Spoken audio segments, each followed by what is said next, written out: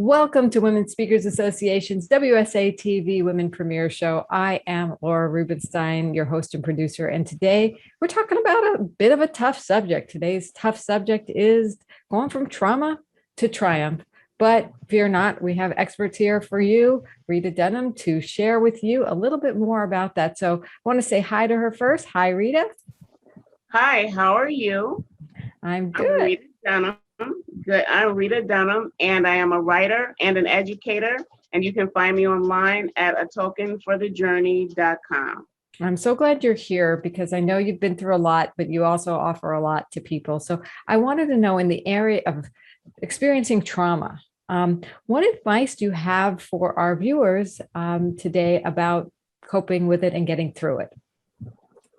Well, one thing that I would like to say is to people who don't necessarily understand trauma, when you encounter someone who has been through a traumatic experience, and they don't always talk about it a lot of times, and they should, it's about emotional, it's about physical abuse. But when it comes down to psychological trauma or stress, it's always important to lead with kindness, whatever you do, because you never know what a person is dealing with or what they've been through, and you could be the first or the last person that they encounter that could make an everlasting impact on their life. So it's very important. And then if somebody's dealing with it themselves, how can you help them? Well, first of all, it's kind of difficult. You have to really stop, look in the mirror, look at your life, maybe even take out a pen and pad and write down all the things that you don't like that's going on, and just kind of like do an outline, but see your life for what it is and make a commitment to yourself that I'm going to change it, and come up with a list of things that can take you in that direction. X off the things that don't work, but just see the situation for what it is and move forward from there. And don't sugarcoat it to yourself. Sounds a little scary. It is scary. It is scary taking off the blindfolds in the mirror, but it's necessary. It's painful, but it's a good pain. It's like a cleansing. Well, you're already in pain if you're experiencing trauma, right? So this is, Correct. you have to go a little bit into it and then you can turn a corner. Is that what you're saying? Exactly. They you hear a lot about physical trauma and a lot of different things, but you really don't hear much about emotional trauma, and it lasts so much longer. It has so much more of a devastating effect that can last throughout your whole life if you don't address it and somehow connect either to your faith or somebody that can pull you through, or a good support system. Surround yourself around people who are understanding and supportive in what you're going through versus judgmental. Yeah, because those emotions, that emotion of judgment really can stop people in their tracks, especially if they're judging themselves. But if you can do what you said and really see it in front of you, like take it out, write it down on paper, it puts it more objectively. Would you agree? Correct. It does put it in perspective. Yes. Great. Well, tell us a little bit more about you. I'm really curious. Who do you like to help and how do you do that?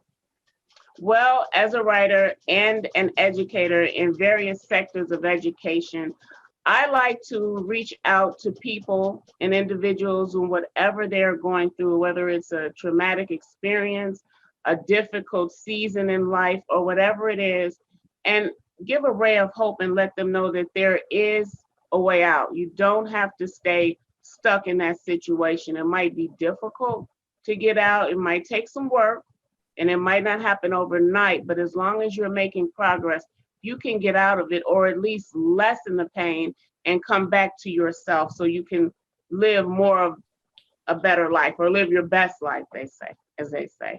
Yeah. And it's what I hear is there's hope for that, for living your best life, even though you've been through some emotional trauma. And I hear you don't have to do it alone, especially if you get help from somebody who's been there like yourself, right?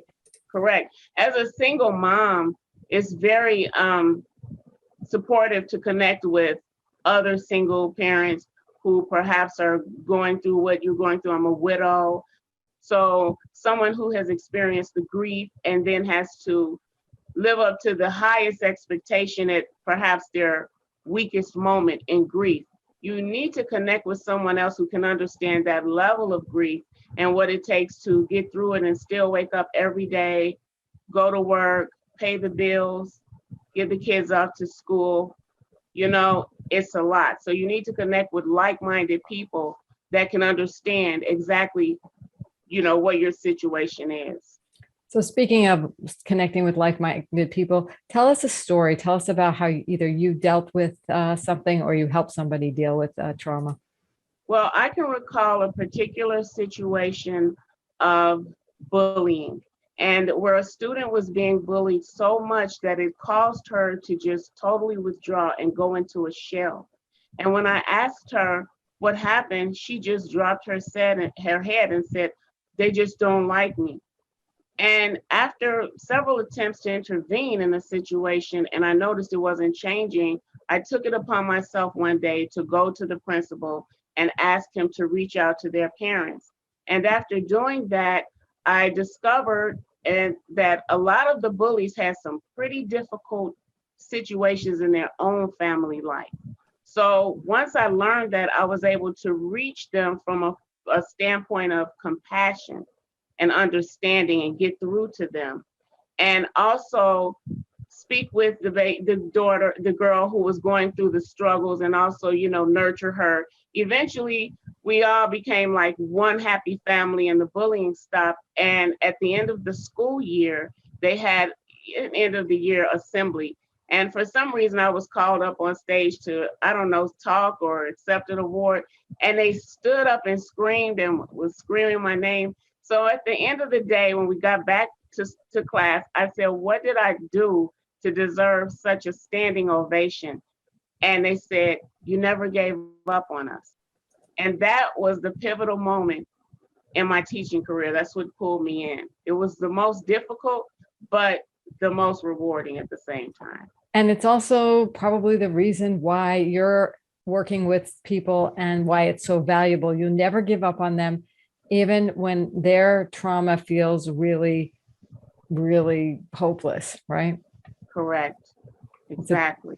That's a fabulous and such an important gift that you give to people. Thank you for your great work. And, you know, it's people like you that make Women Speakers Association what it is.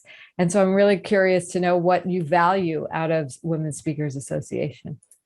Well, as a writer and a speaker, Women Speakers Association has been a wealth of support, information, encouragement with a worldwide reach. So you can really get your message out. You can always connect with someone, other females, women that might be going through what you're going through. It's a form of support, but at the same time, it has a worldwide reach. So, you know, it's healing.